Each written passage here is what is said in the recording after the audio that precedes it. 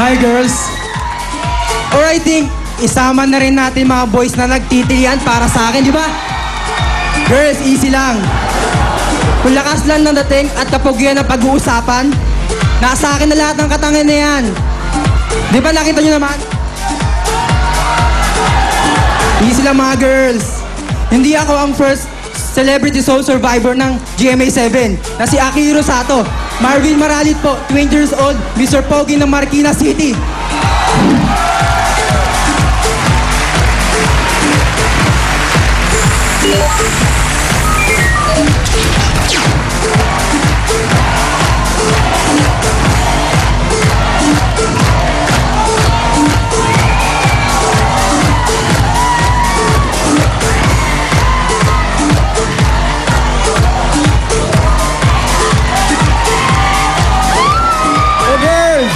Huwag muna kayo magkagulo dyan. Sa ngiti ko pa lang, nakikiliti na kayo lahat.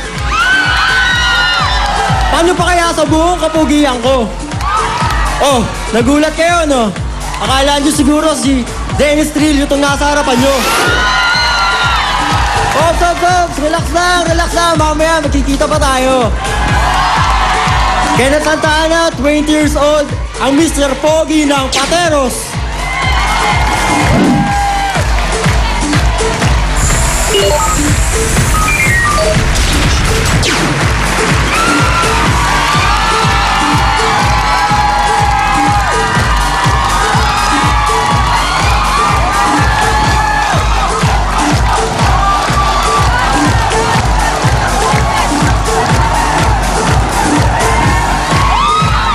Hi guys!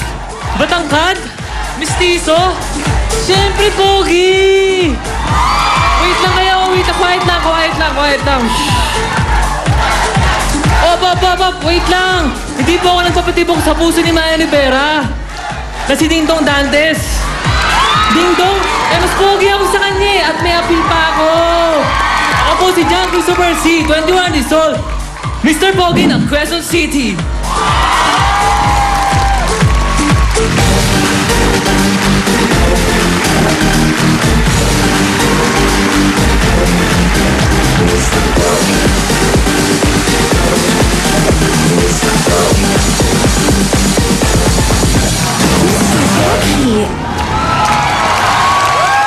Ang tunay na Mr. Pogi may looks, talent, charm, at personality. At ito po ang criteria natin for judging. 40 Pogi points para sa nakakakilig na looks. 30 Pogi points para sa nakakalokang talent. Kailangan nakakaloka. 30 Pogi points para sa pang-artistang diskarte for a total of 100 Pogi points. O ngayon, subukan naman natin ang mga talent ng mga Mr. Pogi. Kaya ito na po, Mr. Pogi number 1, Marvin Maralit.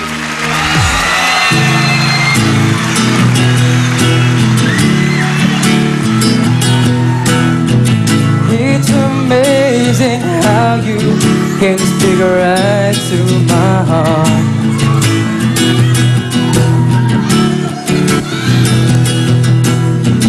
Without saying a word, you can light up the dark.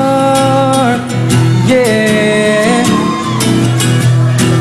Trials are made, they could never explain what I hear when you don't say a thing.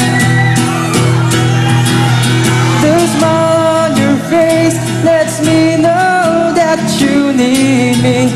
There's a truth in your eyes saying you'll never leave me. The touch of your hand says you'll catch me if ever I fall.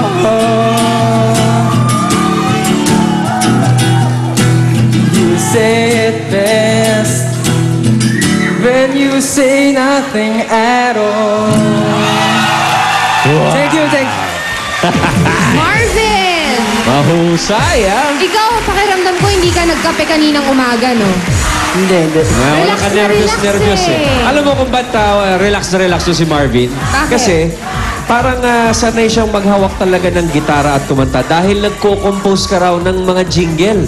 At in fact, nag-compose ka ng jingle para sa isang brand ng health product. Tama ba yun? Opo. Kwento mo naman. Paano ka na padpad Una po, may gusi po nun. Tapos, about the side products. Tapos, imbis na i-introduce namin siya verbally, ginagawa namin siya ng tono para mas lalong maindak at matandaan ng mga doctors na pag i-introduce namin.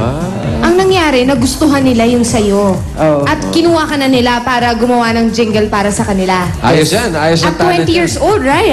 Pare, pag linangin mo pa yan, dahil yung ating mga bossing dito, mga TVJ, they're very good composers. Kaya sigurado, may pupuntahan yan, Brad. Alright, very good. Good job. Thank you. O ngayon naman, actingan naman tayo. Akin na muna yung gitara. Okay. Marvin, ang ka-eksena mo, mga dabarkad sa barangay. At ang eksena mo, isa kang reporter. At mag-i-interview ka ng isang ina na namatayan ng anak dahil sa leptospirosis. Mabigat yan, Brad. Kaya good luck. Marvin, Pwesto? Clapper, ready. Okay, Mr. Poggy number 1, Marvin. Action! Kaya po kayong biskwit. Biskwit. Kalabayin mo yung loob mo, ate. Biskwit.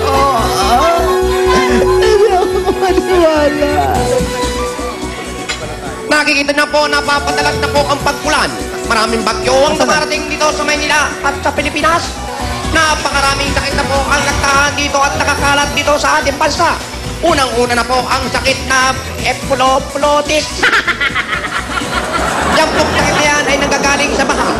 Baha na may mga ihi ng daga. Kaya meron pong isang ina na nawalan ng mga anak nang dahil po sa sakit na to. Nandun po ngayon ang aking kaibigan ni si Paring Ray Laeng. Paring Ray Laeng, pasok! Tama ka dyan, pare Mike. Medyo baha pa nga rito, pare Mike. At totoo dyan, isang nanay nga namatayan ng anak dahil sa leptospirosis. At para sa iba pang detalye, makakapanayam natin si Marvin Maralit. Marvin, pasok. Hindi ako si Marvin, oy! Salamat, Ray. Ray, nandito tayo ngayon sa bahay ng mga De La Cruz.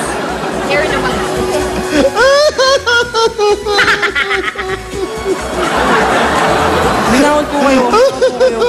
Marvin, anong nangyayari, Marvin? Nandito tayo ngayon kay itong kaharap po si Nanay Cora. Siya po yung may anak na namatayan dahil sa leptospirosis. Marvin. Napakabilis ang pangyayari. Hindi ako makapaniwala. Wala na, baby ko. Okay lang po ba kayo? Saan daw ba nakuha Marvin yung Wala leptospirosis? na, baby ko. Marvin, Ano ko lang po, ano po bang mga naranasan ng inyong anak bago siya mamatay? Kasi yung baby ko, mahilig maglaro sa ulan. Eh, may sugat siya.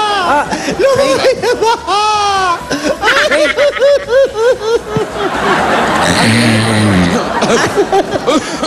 Ray, ano bang parang inuubo ka yata dyan. May sakit ka ba? Naku, tinitigyan yung baby ko. Wala to, Marvin. Inuubo, sinisipon. Mukhang namamaga yung mata mo, pati nagkakaroon na yata ng rashes. Naku, ganyan nga yung nangyari sa kanya. Bago siya namatay, namamaga yung mata, nagkakarashes. Ano pa po? Mga ilang araw po ba tinagal ng anak niyo bago siya mamatay? Ay, hindi araw, sandali, minuto lang, wala na. Narinig mo yun, Ray? Narinig mo yun? Narinig ko. Bukod doon, nawawalan siya ng buhok.